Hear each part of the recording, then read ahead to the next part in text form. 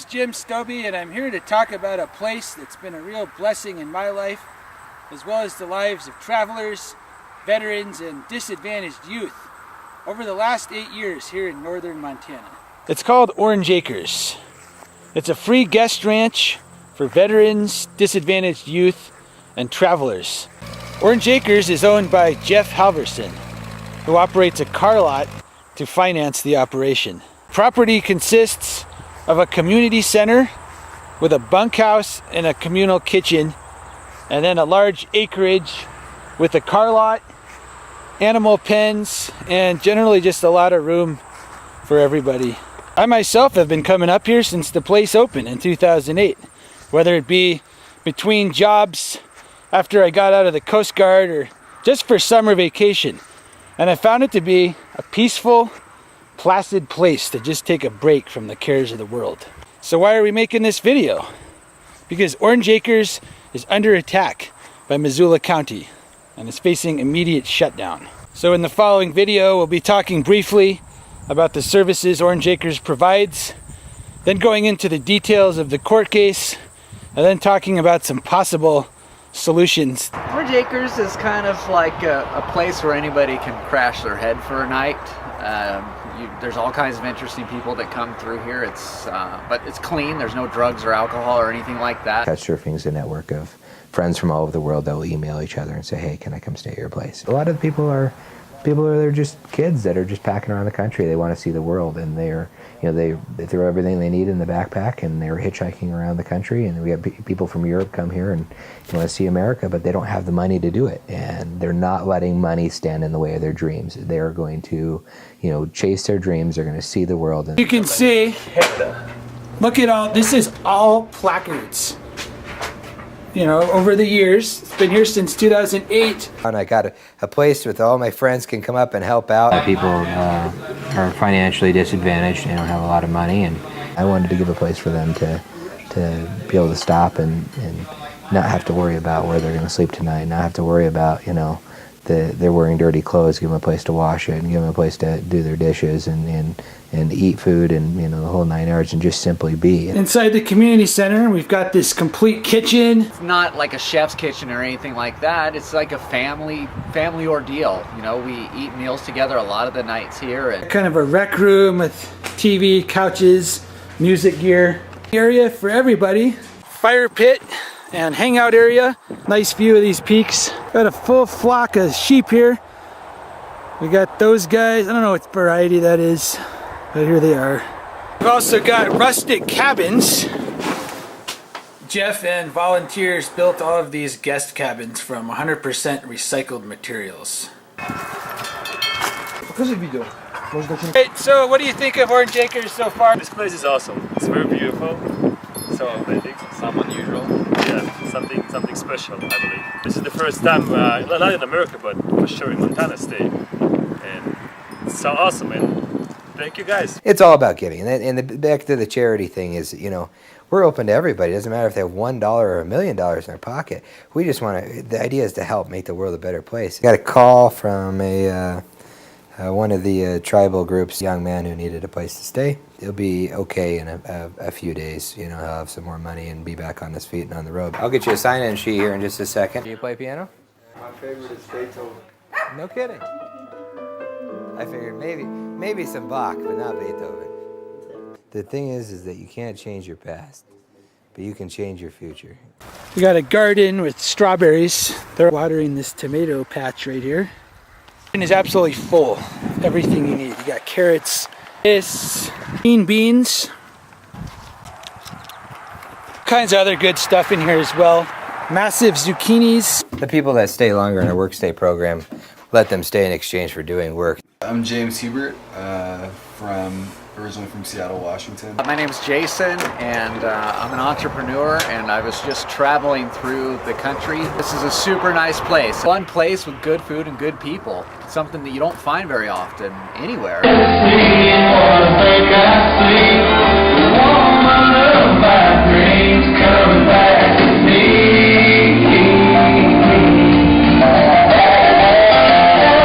Gained like 200 pounds, and I was actually spent 90 days in the VA for food addiction.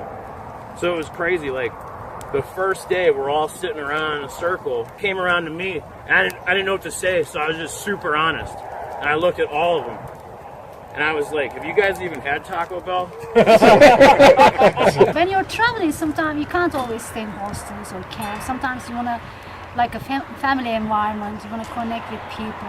And there are lots of foreigners come here, and I think this place is excellent to show them American culture, how Americans are really actually nice people. I'm Nikolaos Kuriandakis, originally from Greece, but I live in Germany. We're from Kazakhstan, Almaty city. Yeah, we are kind of travelers doing a world trip. I found them here and met all of them here, and yeah, we just went on a trip to Glacier. We're camping, and it seems like a lot of that kind of thing goes on here. And It was beautiful. I mean, we had a lot of fun. These people were total strangers to me, but somehow this place brought us together, and we made this trip. It was perfect. you know, for me, it was a really good first impression of Montana. This place was my first impression about America. I'm glad that I came here first. I made friends, I met people. Jeff is a great guy, and I'm just thankful for being here. So this is Henry. Hi there. I'm a repairman. I do repairs on just about anything that needs to be done. Including this Mustang, which is Nico's, we were talking with earlier. I live here and I have a bus I'm working on. It's an awesome place. Jeff doing a really good job. You try to help a lot of people as they pass it through and need a place to crash for a while. Also, I chip in and help people that's driving through and the car needs some help.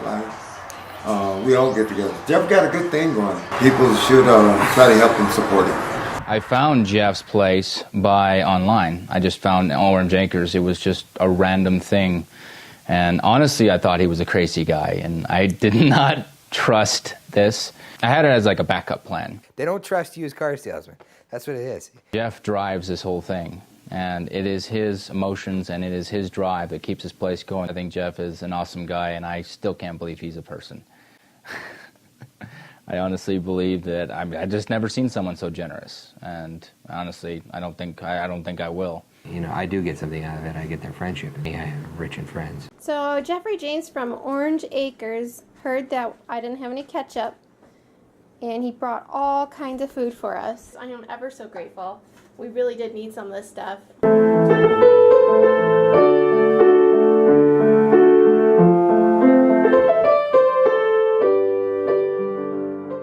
You can go on a $6,000 tour of China and never actually, sit down and have a dinner with China. I brought the world to me. I mean, people have come from all over the world, and yeah, places are beautiful and buildings are beautiful, but in the reality, I think that people are way more far interesting and way more beautiful than most places ever will be. And the best things in life are free, and you don't need money for that. We live in this society where you need to buy a house, but now a house is $250,000. You need a college education, and that's $80,000. If you're going to work from the day you're born till the day you die just to pay for a bunch of stuff that you really don't need, when God created everything for us here on the earth. I like to share my property with my friends, and I like to make new friends and make the world a better place.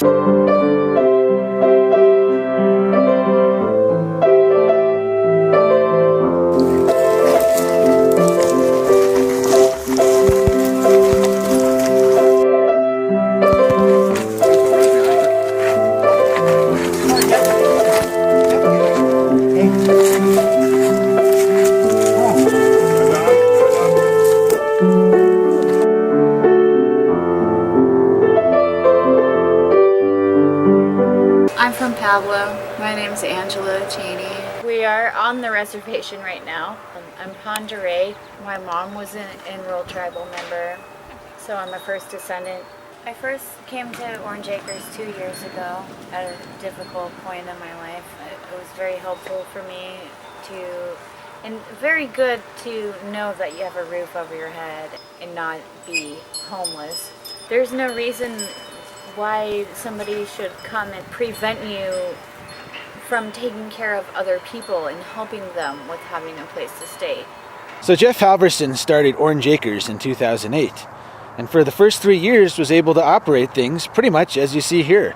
But that all changed in 2011 when Missoula County ordered Orange Acres to either cease operations or face a lawsuit of $1 million. The complaint states that this property was not ever permitted for the current use. The county sued us for $1 million in fines because we didn't have the money to fight them.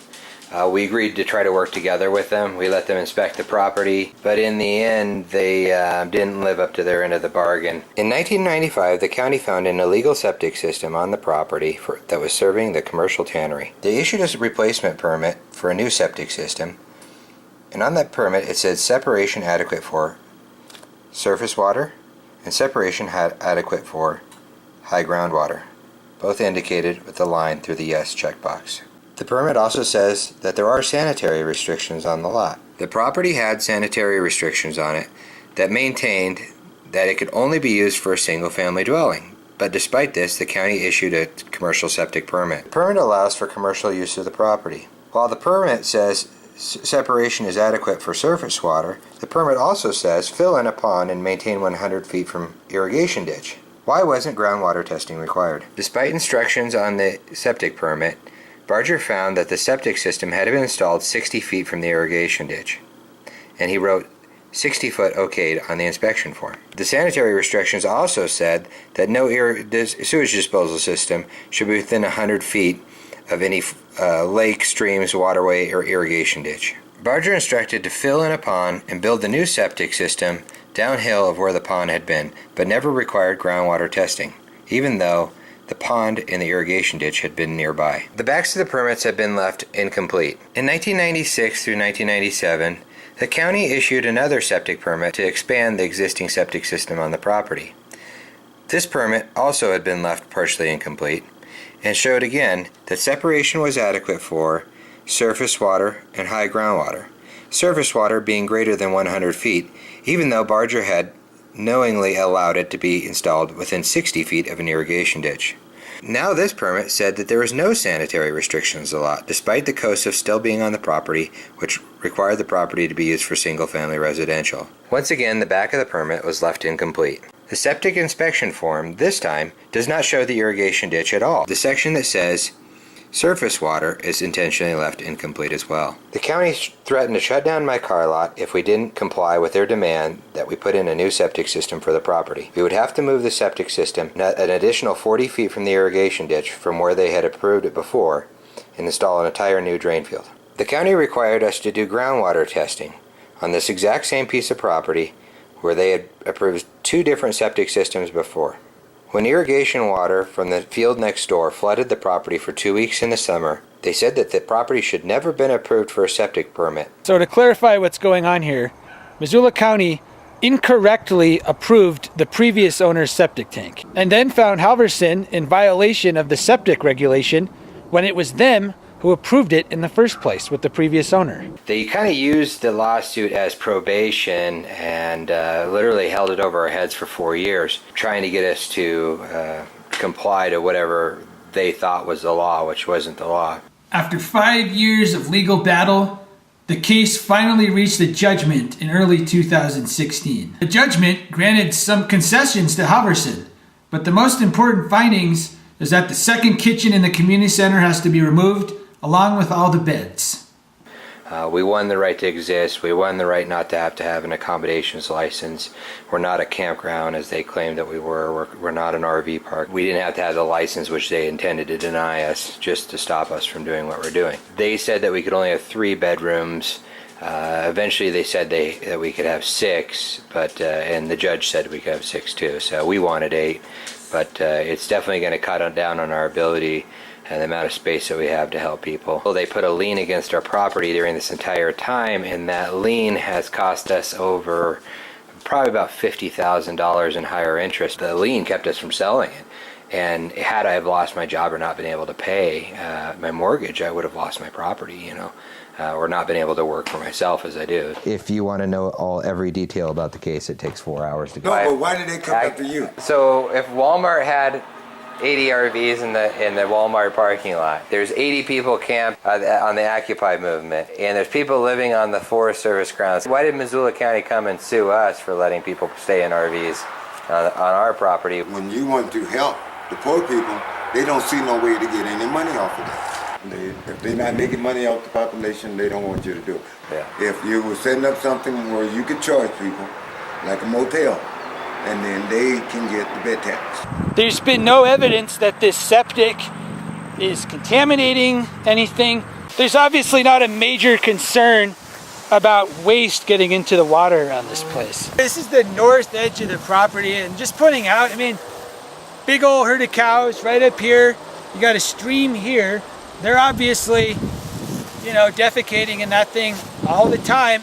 The court says we can't have 2 kitchens, so they're making us rip out our second kitchen. How is that going to affect this place, do you think? I think it's kind of sad because it's a place where people gather and eat meals together. You know, it's more of a social outlet. Let's go upstairs and see what's up here. The court is making us rip out the beds out of our bunkhouse and limiting us to 6 bedrooms on the property. The law says we can have all the people we want, but we can only have 6 bedrooms. The county told us we could only have 3, so it's a little victory, but it still means we won't be able to help everyone we want without making them sleep outside. Right now, kitchen and a bunch of beds got to be taken out. What's your thoughts on that? Destroys the place. I couldn't stay at this place if the beds were gone, and the kitchen is the point where we like cook together every day. So as someone who's been coming to Orange Acres for the last 8 years, I gotta say I'm very disappointed about the current situation. And I'm also sad to see my friend having been so stressed out during the whole time, having the weight of an entire county coming after you and suing you for $1 million. It stressed him out, and it's put way more burden on his shoulders than someone should have to deal with, when what their goal is just to help other people. I've lost all sense that maybe we have any constitutional rights to our land or our property. I found out that if you murder or rape somebody, you get a free attorney. But when you're sued by your own government for $1 million because you're letting homeless people live basically for free on the land, that you don't get a free attorney. You have to pay if you wanted to appeal, just for a copy of a court transcript, which a murderer would get for free. You don't stand a chance. The system is made by them. I asked for the laws in writing.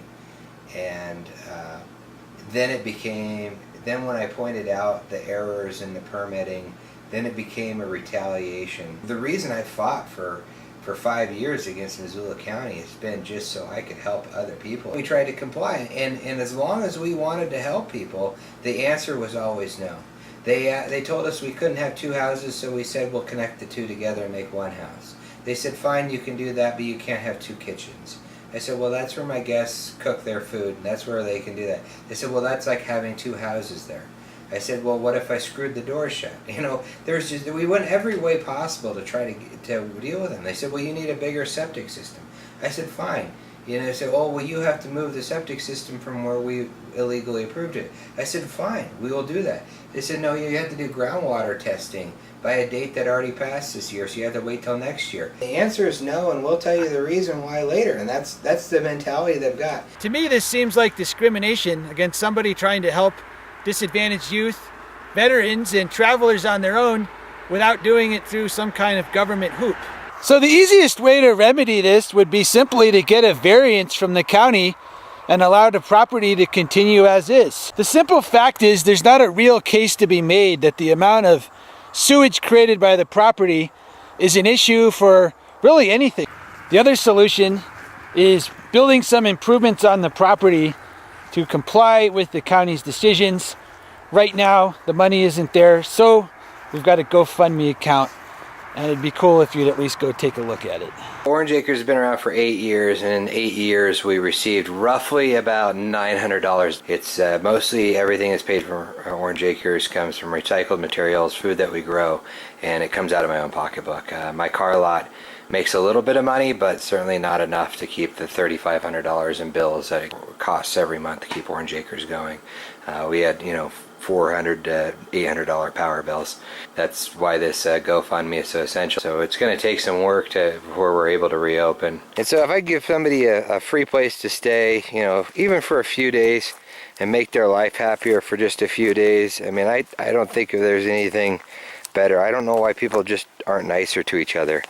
It seems un-American to shut this place down. So when you look at the benefit that this place provides to veterans, disadvantaged youth, travelers, the community in general, and then pair that with the fact that there's not any actual health hazards that have been proven to be here, it makes sense that a variance could be granted to allow the property to continue just the way it is.